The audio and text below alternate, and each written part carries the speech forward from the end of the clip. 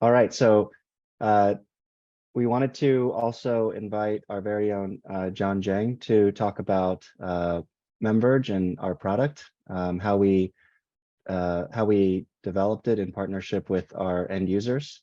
And for that, I'll hand it over to Jon. Thanks, Jane. And hi, everyone. I'm Jon, and I'm the CEO of MemVerge. I'm super happy to have the opportunity to talk to you all, and thanks very much for sticking around to the end of to the last speaker of this webinar. So do you want to put up my slides, Jing? So I wanted to share some background on MemVerge, how we came about, and then share with you some specifics about our product. So MemVerge was started about 5 years ago by scientists and developers in the memory space. So we spent about 4 years developing technology in the memory space. And because we all see that cloud is becoming a mainstream technology, we wanted to do something for users in the cloud. So we did some research and we found that surprisingly, cloud operations is a major hurdle in people adopting cloud, right? So we still talk to a lot of customers, especially in the bioinformatician, in a bio space, and also in data analytics, that they depend on another group to provision all the cloud resources, and therefore it's very inefficient. They have to wait days or sometimes over a week to get a new machine in the cloud. And then the other thing is that cloud has become very sophisticated. So Goku mentioned that there are over 500 instance types, right? And very often the users, the application users, they don't understand the cloud enough to know the intricacies. So it's hard to provision the right resources for what's needed, right? So in a case that you over provision, you get the situation where you have idle resources, right? Goku says 70 to 80% are idle. And as John just mentioned, 30% are wasted. And that's bad because I just learned fun fact that it will eventually cause unrest, social unrest in the Netherlands because of over provisioning. And then if you under provision, and Zong earlier shared the frustration of having out of memory errors, right? So you run a job, it runs for hours, and then before it finishes, it runs out of memory and crashes, and you have to start from the beginning. So if you are in this space, you know that these things happen quite often. So we built this product to provide a new level of automation in the cloud so that bioinformaticians can focus on the science. And then the whole process of running their application in the cloud can become automated. And as part of that automation, we provide the intelligence to deliver efficiency and new levels of availability, right? So the front end is easy, and then the result is much better than what you can do manually. Okay, so I'll go through the product very quickly. But we have a lot more information, and you can also reach out to me after the webinar. So the way Memory Machine Cloud, that's the name of our product, Memory Machine Cloud. The way it works is that you deploy a small server that runs our Op Center. So the Op Center is the heart of the product, and it will do several things. It interfaces with the cloud using the resource manager, right? And this is native integration with AWS. We have a job manager that interfaces with you, the user. And that job manager will essentially take in your request, your job scripts, and launch worker nodes, right? Every single job runs in its own worker node, and we can then manage the resources, automatically provision the resources for each of the worker nodes. And we also have an app library that allows you to basically prepare the containers that you would need to run your jobs, right? So that's the Ops Center and the architecture. It gets deployed in your cloud account, and then it's able to automate the process of running your job. Okay. And then we have 3 types of licenses for Memory Machine Cloud. The first type is called Essentials, and it's free. And what we want to do is to provide the automation and observability for everyone, right? Because we think it's the best way to use the cloud. So if you go to the next slide, the first thing that we do is we allow you to simply define what you want to do through our GUI or our CLI, pick and choose from the app containers that come with the platform or that are prepared on your own. So you can have the built-in library or the private library, and you fill out this form, and in 2 minutes, you're up and running. The process of launching the job in the cloud and running your app is automated, okay? Once you start running for the job, before we do anything too smart, we want to enable you to understand what your job is doing, right? So this is a little bit similar to what Song was sharing earlier, but in a perhaps more granular fashion, right? So from what we call from our WaveWatcher, that's the name of our feature, you can look at the memory usage, the CPU usage, the network, the I/O on a very granular fashion, right? And this comes all for free. So if you go to the next slide, we zoom in a little bit, you can look at what's happening at every single point during the run. And not only do you have visibility to memory usage, you can actually dive in and look at details, how your memory is being used, how much of it is being used for your application, how much is it being used for buffer cache to support your I/O, and how much swap you're using. So very detailed information that you can use to understand how your application works, so you can pick the right instance when you run your application next time, okay? And so those are the 2 free features and part of our essential license. Now, if you want some of the cooler features that Jean mentioned that will help save the planet, you use the Cloud Pro feature. And Pro gives you 2 features, WaveRider and SpotSurfer. So if you go to the next slide, SpotSurfer enables you to run your application on Spot instances. So I think both Goku and John mentioned that with Spot, you save a lot of money, but a lot of your applications cannot run because they cannot handle being reclaimed by the cloud at any random time. That is until they run on SpotSurfer. With SpotSurfer, we will monitor the cloud.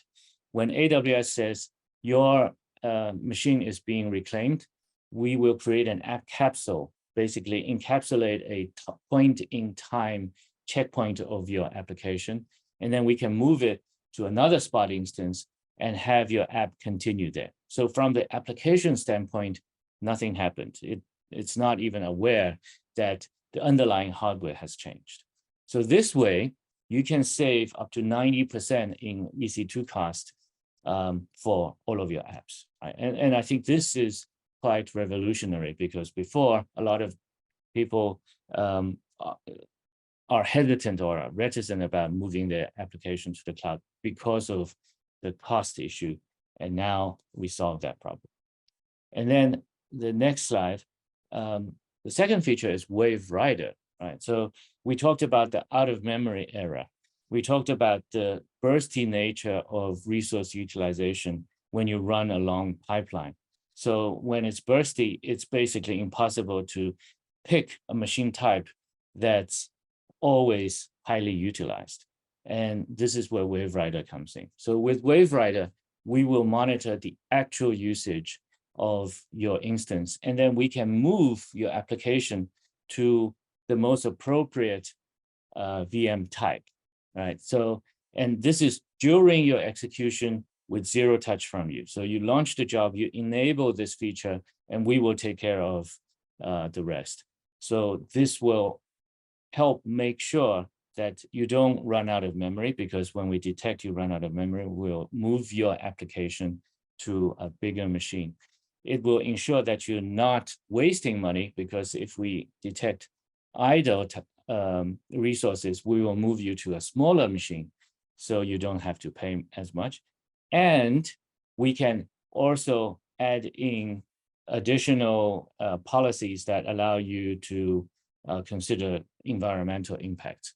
So I want to let everybody know that in our next release, we will actually add carbon footprint as one of the metrics in our WaveWatcher metric display, and we will also use that as one of the triggers for WaveRider in the future. Okay, so next slide. So this is what WaveRider looks like from the lens of WaveWatcher. Right? So as you can see, the top row at the top chart talks about memory. So the system detects that this particular application is running at full memory capacity. So it will cause the machine to move to a large instance with larger memory size. So it looks like it migrated 3 times before it reached a machine that satisfied the memory requirement, and it stayed there, right? And this is all automated. So instead of getting an out of memory error, your app is able to complete. Okay, next slide. So this is a zoom in of that chart. Next. And the other thing that we've learned is that for most bioinformaticians, you are not using job scripts directly, right? So you're using some sort of workflow manager to automate the execution of your pipeline. So things like Nextflow or Cromwell. Also, there are a lot of users who use RStudio or Jupyter or MATLAB to do your calculation, and your whole user experience stays within these IDEs. So we've built plugins for all of these tools so that there is no change to your user interface, right? So you continue to use Nextflow or Cromwell or Jupyter Notebook, and we run in the background, and you get the benefit of all the automation going into the cloud and the intelligence in getting the most efficient machine types. Okay, so in the last few slides, I'll share some of the results that we are seeing from real customers. So this is a leading gene therapeutics company, and they're using the SpotSurfer without the WaveRider, right? And as you can see, they're saving 70% on the EC2 cost. Before they only ran on on-demand instances. Now they can run on Spot, and the Spot savings is 70%. And then the next one. So if you look at this workload, this is a typical use case where WaveRider would be helpful, right? So you have 2 peaks in terms of your memory utilization in the duration of your run. So if you go to the next slide, you have 2 choices before. You can run on a 32 CPU machine and have it constantly over provisioned, or you can run on a 16 CPU machine and have it run constantly under provisioned. And in the over provision case, the job finishes in 11 hours and 44 minutes. In the under provision case, it's 18 hours and 4 minutes. Now with Memory Machine Cloud, with WaveRider turned on, what we are able to do is finish the job in 12 hours and 23 minutes, slightly slower than the over provision case, but much faster than the under provision case. But look at the cost. We can do that at 91% cost savings, right? And then I think this is very powerful for the user. this basically changes the economics of running these long workloads in the cloud. Okay, next. And then the last thing I'll mention, this is a recent result. We're working with the leading cancer research institute in the US, and they use Nextflow to run very large jobs, right? And because of their budget constraint, they couldn't run all their jobs on demand. So in their previous run, they needed to run essentially, well, they needed to run on Spot instances. And what happened was when the number of Spot instances that they need were very large, they were getting some 80% Spot instance reclaims because there just aren't enough Spot instances in the region. And every time a Spot instance gets reclaimed, it needed to be restarted. So all the previous, all the progress that they've made are reverted, right? So it was very painful, and they actually couldn't finish the pipeline because there were too many Spot failures. Now with Memory Machine Cloud, look at the results, right? So they were able to finish the pipeline A, and B, do it much faster because there were virtually zero job failures due to Spot reclaim. When there was a Spot reclaim, we simply moved it to another Spot instance. And there are still 131 failures here. And what those 131 represent are the cases where the VMs ran out of memory because they didn't turn on WaveRider. If they had turned on WaveRider, they can most likely eliminate most of those 131. But even with this, they were able to complete the pipeline at the end and do it in a much more cost-effective and performant manner. Okay, so we are so confident about our technology that we offer this 60% savings guarantee. So please, everybody can try it. We have a 30-day free trial of our Pro version, and in addition to the Essential version, that's always free. Okay, next slide. Just one last word on our roadmap. This is a young product. We've GA'd the product in December of last year. So we are on a very rapid clip in introducing new versions. So we will be adding also artificial intelligence capabilities into the product in terms of analyzing the utilization of the applications and providing recommendations and predictive analysis on the type of resources that's needed for each workload during the execution, right? And what I hope to do also is to add in a dimension for sustainability and carbon footprint as well. We are also going to work more closely with companies like Sakera, which is the company behind Nextflow. And we want to make Sakera users, we want to give them an even better experience than what we have today. And so, keep tabs on us. We will be introducing our next release at the end of June. Okay, that's my presentation. Thank you very much, everybody. As Jing mentioned, if you have any questions, please put in the chat or feel free to contact me after the webinar.